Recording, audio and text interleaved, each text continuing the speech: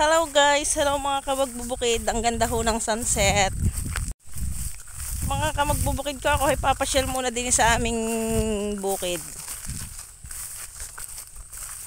Titingnan ko ho yung dalawang nanunupang doon.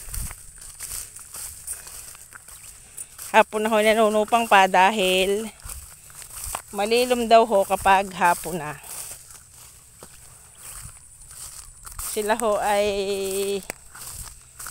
marami nang nasupang. Ang dami pa rin ho ng tira oh. Ari ang aking munggo. Merong tuyo. Mayroon ng tuyo Kakunti ho ang nabuhay din sa aking munggo na ari.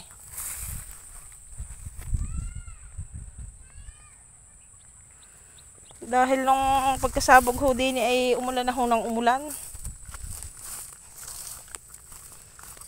Ayan meron tuyo.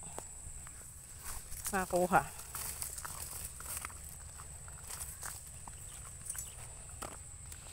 Bibisitahin ko yung dalawang manunupang na nasa dulong yun.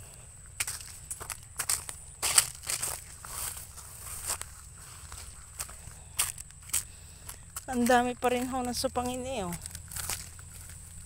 Ari pa.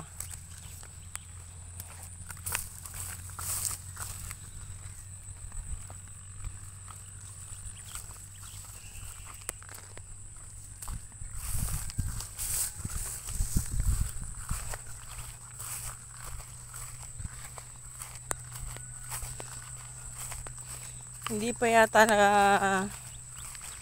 gagap-gapan nila ari.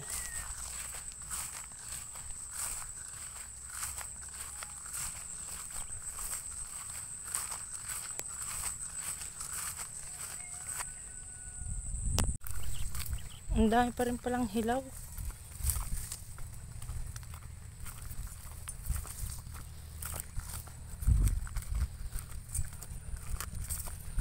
Natatanaw ko na.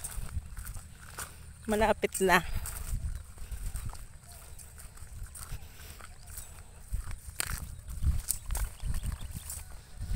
Yan ho mga kamagbubukid. Ang buhay sa bukid. Kapag ho may supang, may maaani ho uli.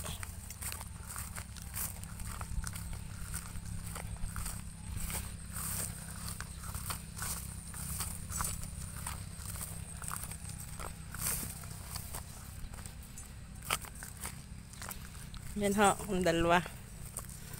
Yung isa.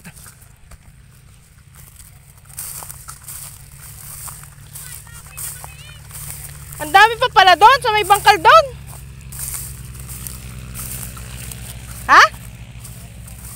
Doon? Hinog na yun nandun ha?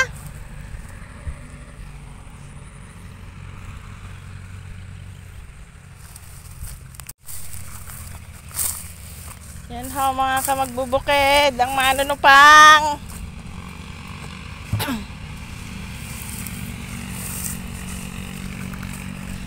Hinog na pala rin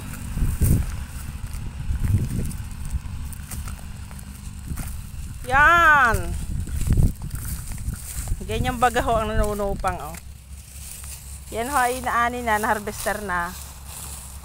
Tapos bumunga ho uli. Ang tawag ho ay supang.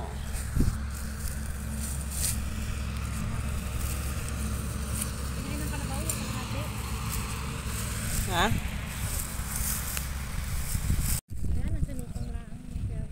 Bilis-bilis kayo. Nako. Ang pagkabagal naman ho ng manunupang nare, mga kamagbubukid. Kaya naman ho sila ay tagal, makaisang puno ng sako. Pero arehong mga ari ay madami na rin hong nasupang. Ang nasupang na ho ay kangay pagkain na kung dadalawang buwan o isang buwan ho na bigas. Hindi na ho bibili ng bigas ang mga kamagbubukid kong are. Ang problema ho, hindi pa naipagili, ngayon may nanghihingi na. Yan ho ang masakit sa mga manunupang. Akala yata ho'y basta ng manupang, maghapon sa initan, maggigiik pa. Gigiikin ng paa, magpapahangin, ibibilad, bago ipagigiling, bago pa maging bigas. Maging kanin sa hapagkainan. Yan ho mga kamagbubukid, ang buhay ng magbubukid. Thank you Lord sa blessings, for everyday blessings. Salamat ho at may nagagapas ang mga magbubukid na are. Sige, gapas lang kayo. At ako'y mangunguha ng munggo. Ang dami pala dong hinog ng munggo. Kukunin ko.